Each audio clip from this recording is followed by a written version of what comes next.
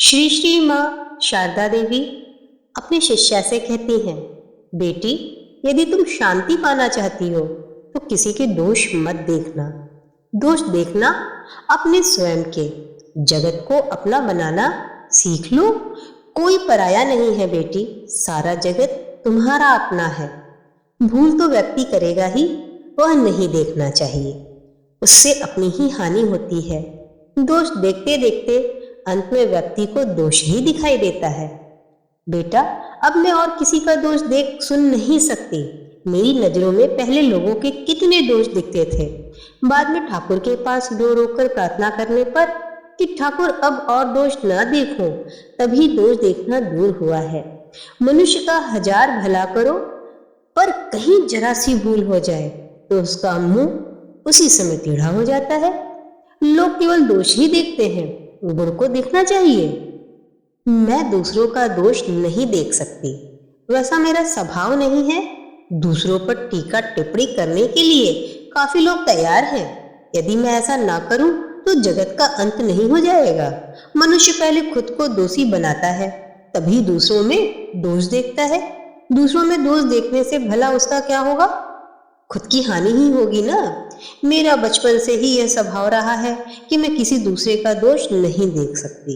यदि मेरे लिए कोई थोड़ा सा भी कुछ करता है तो मैं उसे उसी के माध्यम से याद रखने की कोशिश करती हूँ। फिर मनुष्य के दोष देखना, वह मैंने नहीं सीखा। क्षमा ही तपस्या है। देखो, सबको साथ लेकर चलना पड़ता है। ठाकुर कहते थे, स श स सब सही जाओ, रहे जाओ। ठाकुर हैं, यह विश्वास रखो। बात में मदहोश होना अच्छा नहीं, इससे खराब का ही चिंतन होता रहता है और उससे दुख होता है। गुलाब सच कहने के पीछे इतना पड़ी रहती है कि लोक लाज खो बैठी है। मैं लोक लाज किसी प्रकार छोड़ ना सकी। सत्य यदि अप्रिय हो तो कभी उसको ना कहो। प्रत्येक को सावधानी से जीवन बिताना चाहिए। प्रत्येक कर्म अपना फल देता है। कटु भाषा का प्रयोग करना अथवा किसी के कष्ट का कारण होना ठीक नहीं है। क्या मनुष्य के मन को चोट पहुंचाकर बात करनी चाहिए? बात सच होने पर भी उसे अप्रिय ढंग से नहीं बोलना चाहिए, नहीं तो स्वभाव बाद में वैसा ही हो जाता है। मनुष्य का यदि आंखों का संकोच चला जाए तो मुंह में कोई बात नहीं रुकती। जिसके हृदय में दया नहीं, वह क्या मनुष्य है? श्री माँ आगे कहती हैं, सभी को एक ही समान प्यार कैसे करना, मैं तुम्हें बताती हूँ। जिन्हें तुम प्यार करते हो उनसे कभी कुछ मांगना नहीं। यदि तुम कुछ मांगते हो तो कोई तुम्हें ज्यादा देगा और कोई कम। उस हालात में जो तुम्हें ज्यादा देता है उसे तुम ज्यादा प्यार करोगे और जो कम देता है उसे कम प्यार करोगे। इस तरह सभी के प्रति तुम्हारा प्यार समान नहीं रहेगा। तुम सभी को निष्पक्ष प्यार नहीं कर सकोगे। जब एक आश्रम के अध्यक्ष ने श्री माँ से निवेदन किया कि उसके आश्रम के कर्मियों को उसकी आज्ञा का निर्बाध रूप से पालन करने के लिए कह दें, तो श्री माँ ने उसके निवेदन को दृढ़ता पूर्वक नकारते हुए उसे समझाते हुए कहा, लड़के लोग साधु हुए हैं, भगवान को पुकारेंगे, स्वयं का जीवन सार्थक करेंगे, आश्रम का कामकाज तो यथासाध्य करते ही हैं, करेंगे भी। वे लोग बड़े हो गए हैं, बुद्धि समझ हो गई है।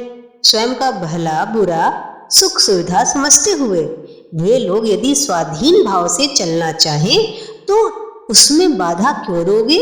और बाधा देने पर भी जिसने स्वयं कष्ट और असुविधा का वर्णन किया है वह क्या हमेशा दूसरों के अधीन हो सकता है? तुम्हारे काम में यदि कोई असुविधा हो तो तुम्हें ही उन लोगों को समझाकर कहना पड़ेगा। वे लोग हमेशा तुम्हारी बात सुनते आए हैं, अब भी सुनेंगे। प्यार से सब कुछ होता है और जोर देकर नियम कानून पर किसी से कुछ नहीं कराया जा सकता। एक समय की बात है कि आश्रम में एक बिल्ली थी। अपने स्वभाव के अनुसार वह बिल्ली प्रायः खाना चुरा लेती थी।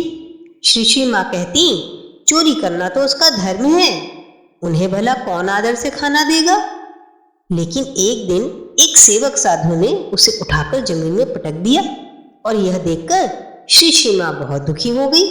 उसी समय श्री माँ कलकत्ता जाने को तैयार हुई। उन्होंने उस साधु से कहा, बिल्लियों के लिए भात बनवाना जिससे वे किसी के घर ना जाएं, क्योंकि दूसरे के घर जाने पर वे गालियां देंगे। श्री माँ ने कहा, देखो बिल्लियों को मारना नहीं, उनमें भी तो मैं हूं। बेटा संसार का भला करो, जीवन का उद्देश्य तभी पूर्ण होता है जब तुम दूसरों को आनंद देने में सफल होते। आशा है आज के वीडियो के माध्यम से आप सबने श्री माँ शारदा देवी की अमृतवाणी प्रेम एवं दया पर सुना और वह आपको कहीं न कहीं लाभप्रद सिद्ध हुआ ही होगा। कल्याणमस्तु को यदि आपने अभी सब्सक्राइब नहीं किया है और कल्याणमस्तु के वीडियोस आपको पसंद भी आते हैं तो सब्सक्राइब अवश्य करें। मित्रों के साथ शेयर करना ना भूलें। लाइक का बटन जरूर दबाएं। वीडियो को अंत तक देखने के लिए आप सभी का बहुत बहुत धन्यवाद।